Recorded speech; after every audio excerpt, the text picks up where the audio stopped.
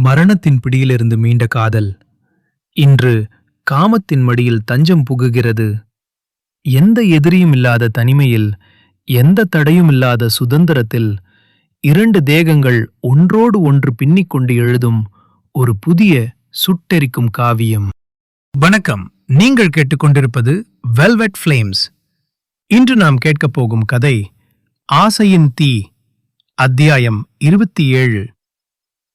உறைபனியில் சுடும் நீர், உயிரை உருக்கிய உண்மை காதல். கொடைக்கானலின் அந்த அடர்ந்த பனிமூட்டம் சூழ்ந்த எஸ்டேட்டில் காலை 10 மணியாகியும் சூரியன் முழுமையாக வெளியே வரவில்லை. மரவீட்டின் ஜன்னல் கண்ணாடிகளில் பனித்துளிகள் உறைந்திருந்தன. உள்ளே அந்த பிரம்மாண்டமான பஞ்சு மெத்தையில் கார்த்திக்கின் பரந்த மார்பில் முகம் புதைத்து உலகத்தின் அத்தனை நிம்மதியையும் தன்னுள் தேக்கிக் கொண்டு உறங்கிக் கொண்டிருந்தாள் தாரா. பல மாதங்களாக அவர்களை துரத்திய அனன்யா, விக்ரம் என்ற 2 கொடூரமான நிழல்களும் இப்போது இல்லை. மரண பயம், துரோகம், சதி என அனைத்தையும் வேறறுத்துவிட்டு ஒரு சுதந்திரமான பறவையைப் போல தன் காதலியோடு அந்த உறைபனி காட்டில் தனித்திருந்தான் கார்த்திக். அவன் விழித்து நீண்ட நேரமாகியிருந்தது. தன் மார்பில் ஏறி இறங்கும் தாராவின் மூச்சுக்காற்றை ரசித்தபடியே அவளது கூந்தலை மிக மென்மையாக கோதிக்கொண்டிருந்தான். அவளது முகம் அத்தனை அமைதியாக இருந்தது. எனக்காக தன் உசிரையே கொடுக்க துணிஞ்ச இந்த தேவதைய இனிமே ஒரு சொட்டு கண்ணீர் கூட விடாம பார்த்துக்கணும் என்று அவளது மனது சத்தமில்லாமல் சத்தியம் செய்தது. கார்த்திக் தன் கைகளை மெல்ல நகர்த்தி அவளது ரோஜா நிற கன்னங்களை வருடினான். அவனது கரடுமுரடான விரல்களின் தீண்டலில் தாரா மெல்ல கண்விழித்தாள். படுக்கையை விட்டு எழாமலேயே தன் கண்களை உயர்த்தி அவனை பார்த்தாள். அவனது கண்களில் இப்போது எந்த பயமும் இல்லை. மாறாக அவனுக்கான ஒரு அளவற்ற காதல் மட்டுமே ததும்பி நின்றது. குட் மார்னிங் என் தேவதை. கார்த்திக்கின் கரகரப்பான குரல் அவரது காதுகளுக்குள் ஒரு இசையைப் போல நுழைந்தது. குட் மார்னிங் கார்த்திக் என்று முணுமுணுத்த தாரா அவனை இன்னும் இறுக்கமாக கட்டிக்கொண்டு அவனது மார்பில் ஒரு முத்தத்தை பதித்தாள். இன்னைக்கு நாம சுதந்திரமா இருக்கோம் தாரா. இனிமே நம்ம வாழ்க்கையில எந்த புயலும் இல்ல. இந்த நிம்மதியை கொண்டாட உனக்கு ஒரு சர்ப்ரைஸ் வச்சிருக்கேன் என்று கூறிய கார்த்திக் அவளை அப்படியே தன் கைகளில் அள்ளி தூக்கி கொண்டு படுக்கையிலிருந்து எழுந்தான். கார்த்திக், என்ன பண்றீங்க? நான் இன்னும் முகம் கூட கழுவல. தாரா நாணத்தில் முனகி அவளது கழுத்தை கட்டிக்கொண்டாள். என் பொண்டாட்டிய குளிப்பாட்டி விட போற, இதுல என்ன தப்பு என்று ஒரு குறும்புச் சிரிப்புடன் கண்ணடித்தான் கார்த்திக். அந்த மர வீட்டின் ஒரு பகுதியில் கண்ணாடிகளால் அடைக்கப்பட்ட ஒரு பிரம்மாண்டமான குளியல் அறை இருந்தது. அந்த அறை முழுவதுமாக வனப்பகுதியை பார்த்தபடி வடிவமைக்கப்பட்டிருந்தது. வெளியே கொட்டும் உறைபனியை பார்த்து கொண்டே குளிக்கலாம். ஆனால் வெளியிலிருந்து உள்ளே எதுவும் தெரியாது. அந்த அறையின் நடுவே ஒரு பெரிய வட்ட வடிவமான வெதுவெதுப்பான நீர் நிரம்பிய ஜக்கூசி இருந்தது. அந்த சுடுநீரில் ரோஜா இதழ்களும் நறுமணம் வீசும் எசென்ஷியல் ஆயில்களும் கலக்கப்பட்டிருந்தன. நீரிலிருந்து மெல்லிய புகை மண்டலம் மேலெழுந்து அந்த அறையையே சொர்க்கம் போல மாற்றியிருந்தது. கார்த்திக் தாராவை அங்கே கொண்டு வந்து இறக்கிவிட்டான். அந்த அமைப்பான சூழ்நிலையும் சுடுநீரின் வாசனையும் தாராவை மெய்மறக்கச் செய்தது. அவள் கார்த்திக்கை திரும்பி பார்த்தாள். அவனது கண்களில் ஒரு சுட்டெரிக்கும் காமம் கொழுந்துவிட்டு எரிவதைக் கண்டதும் அவளது இதயம் படபடத்தது. கார்த்திக் மெதுவாக அவள் அருகே வந்தான். அவனது சுட்டெரிக்கும் மூச்சுக்காற்று அவனது முகத்தை தீண்டியது. எந்த அவசரமும் இன்றி, நேத்து ராத்திரி அந்த உறைபனியில உன்னை எழுந்துடுவேணும்னு நினைச்சப்ப நான் பட்டு துடிச்ச தவிப்ப இன்னைக்கு இந்த சுடுநீர்ல தீர்க்க போறேன் தாரா என்று கிசுகிசுத்தபடியே அவளது இதழ்களில் தன் சுட்டெரிக்கும் இதழ்களை பதித்தான் கார்த்திக். அது ஒரு நீண்ட, நிதானமான, ஆனால் ஆழமான முத்தம். இதுவரை அவர்கள் அவசரமாக ஆபத்தின் விளிம்பில் பரிமாறிக்கொண்ட முத்தங்களுக்கு நேர்மாறாக எந்த பதற்றமும் இல்லாமல் அவளது ஒவ்வொரு அணுவிலும் தன் காதலை பாய்ச்சும் ஒரு தேடலாக அந்த முத்தம் அமைந்தது. அவனது நாக்கு அவளது வாய்க்குள் புகுந்து அவளது தேனை முழுமையாகச் சுவைத்தது. தாரா உச்சக்கட்ட இன்பத்தில் அவனது பரந்த தோள்களை பற்றிக் கொண்டாள். அவனது முத்தங்கள் அவளது இதழ்களிலிருந்து விலகி அவளது கழுத்தின் மென்மையான வளைவுகளில் ஈரமாக பதிந்தன. அவளது கழுத்தெலும்பில் ஒரு ஆழமான முத்தத்தை முத்திரையாக பதித்ததித்த கார்த்திக் அவளது மெல்லிய சாட்டின் இரவுடையின் பட்டைகளை மிக மெதுவாக தன் கரடு முரடான விரல்களால் நழுவச் செய்தான். அந்த ஆடை அவளது உடலிலிருந்து நழுவி தரையில் விழ வெளியே உறைபனிக்காடு சாட்சியாக நிற்க தாரா அவனது கண்களுக்கு முழுமையாக விருந்தானாள். கார்த்திக் தன் உடைகளையும் கழற்றி எறிந்துவிட்டு அவளை அப்படியே தூக்கிக் கொண்டு அந்த வெதுவெதுப்பான ஜக்கூசிக்குள் இறங்கினான்.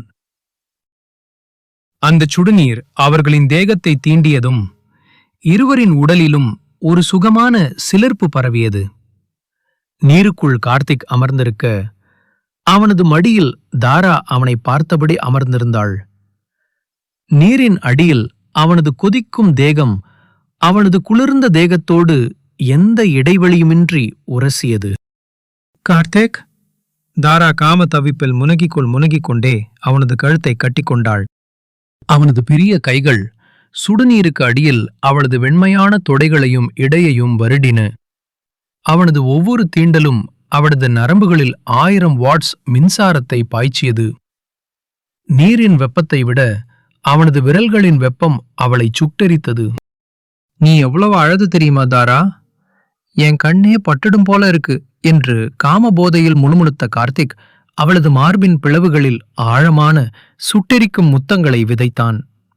நீர்த்துளிகளோடு சேர்ந்து அவனது முத்தங்கள் அவளது மேனி எங்கும் காமத்தீயை பற்ற வைத்தன. கார்த்திக், ப்ளீஸ்! தாரா இன்பத்தில் ஒரு வில்லாக வளைந்து அவனது அடர்த்தியான முடியை கோதி அவனை இன்னும் தன்னிடம் அழுத்தமாக இழுத்து கொண்டாள். அந்த சுடுநீரில் இருவரும் உலகத்தையே மறந்து தங்களை முழுமையாக பரிமாறிக்கொண்டனர். அவனது ஒவ்வொரு அசைவிலும் ஒரு வெறித்தனமான காதல் இருந்தது. அவளை தனக்கு சொந்தமாக்கிக் கொள்ளும் ஒரு அளவற்ற உரிமை இருந்தது. தாராவின் பெண்மை அவனது ஆண்மையோடு உரச அந்த உச்சக்கட்ட நெருக்கம் இருவரையும் பைத்தியமாக்கியது. அந்த ஜக்கூசியே அவர்களின் காமத்தீயில் உருகியது. நீண்ட நேர சுட்டெரிக்கும் சங்கமத்திற்கு பின் இருவரும் மூச்சிறைக்க ஒருவரையொருவர் கட்டிக்கொண்டு நீரின் மடியில் அமைதியானார்கள். குளித்து முடித்து வெள்ளை நிற பாத்ரோப்களை அணிந்து கொண்டு இருவரும் மீண்டும் படுக்கை அறைக்கு வந்தனர்.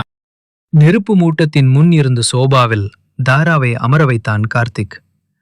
அவளது ஈரம் சொட்டும் கூந்தலை தன் கைகளால் துடைத்து விட்டான். பிறகு தன் பேண்ட் பாக்கெட்டிலிருந்து ஒரு சிறிய வெல்வெட் பெட்டியை எடுத்தான். தாரா அதை பார்த்ததும் குழப்பத்துடன் அவனை கவனித்தாள். கார்த்திக் அவளுக்கு முன்னே தன் ஒரு காலை மடித்து தரையில் மண்டியிட்டு அமர்ந்தான். கார்த்திக், என்ன பண்றீங்க? எழுந்துருங்க! தாரா பதற்றத்துடன் எழுந்து அவனை பிடிக்கப் போனாள். இல்ல தாரா, நான் சொல்றதை கேளு என்று அவளது இரு கைகளையும் தன் கைகளுக்குள் மென்மையாக பொத்தி வைத்துக் கொண்டான் கார்த்திக். அவனது கண்கள் கலங்கியிருந்தன. ஆனால் அதில் ஒரு அளவற்ற நிம்மதியும் காதலும் இருந்தது. நம்ம கல்யாணம் ஒரு சாதாரண பேப்பர்ல ஒரு வியாபாரம் மாதிரி நடந்துச்சு. அப்போ நான் ஒரு இயந்திரமா இருந்தேன். ஆனா நீ என் வாழ்க்கைக்குள் வந்த பிறகுதான் எனக்கு உசுறு வந்துச்சு. அந்த ஒப்பந்த பத்திரத்தை நேத்து நான் கிழிச்சு போட்டுட்டேன். நீ என் ஒப்பந்த மனைவி இல்ல, என் உசுறு. கார்த்திக் அந்த வெல்வெட் பெட்டியை திறந்தான். உள்ளே ஒரு பிரம்மாண்டமான வைர மோதிரம் தகதகவென மின்னியது. உன்னை சந்தித்த சில நாட்களிலேயே இதை நான் வாங்கிட்டேன் தாரா. ஆனா எதிரிகளோட மரண வலையில நான் இருந்ததால இதை உன் விரல்ல மாட்ட எனக்கு தைரியம் இல்ல. இன்னைக்கு எந்த எதிரியும் இல்ல. உலகத்துல இருக்கிற எல்லா சந்தோஷத்தையும் உன் கால்டியில கொண்டு வந்து வைப்பேன். கார்த்திக் அவளது கண்களை ஆழமாக பார்த்து ஒரு சிறிய நடுக்கத்துடன் கேட்டான். தாரா, நீ என் முழுமையான மனைவியா? என் ராணியா? என் உசுரும் பாதியா? என் கூடவே இந்த வாழ்க்கை முழுக்க வருவியா? தாராவின் கண்களிலிருந்து ஆனந்த கண்ணீர் அருவியாக கொட்டியது. ஒரு உலக புகழ்பெற்ற கோடீஸ்வரன் தனக்காக தரையில் மண்டியிட்டு தன் காதலை கெஞ்சும் அந்த தருணம் அவளது ஆன்மாவை உருக்கியது. எனக்கு இந்த உலகத்துல வேற எதுவுமே வேண்டாம் கார்த்திக், நீங்க மட்டும் போதும் என்று அழுதபடியே தலையசைத்தாள். கார்த்திக் தன் கரடுமுரடான விரல்களால் அந்த பிரகாசமான வைர மோதிரத்தை அவளது மென்மையான விரலில் அணிவித்தான். அடுத்த நொடி தாரா மின்னலாக கீழே இறங்கி அவனை மிக இறுக்கமாக கட்டிக்கொண்டாள். அவனது முகமெங்கும் கண்ணீரோடு முத்தங்களை விதைத்தாள் Tara. I love you Karthik. என் உசுறு இருக்கிற வரைக்கும் உங்களை விட்டு போக மாட்டேன்.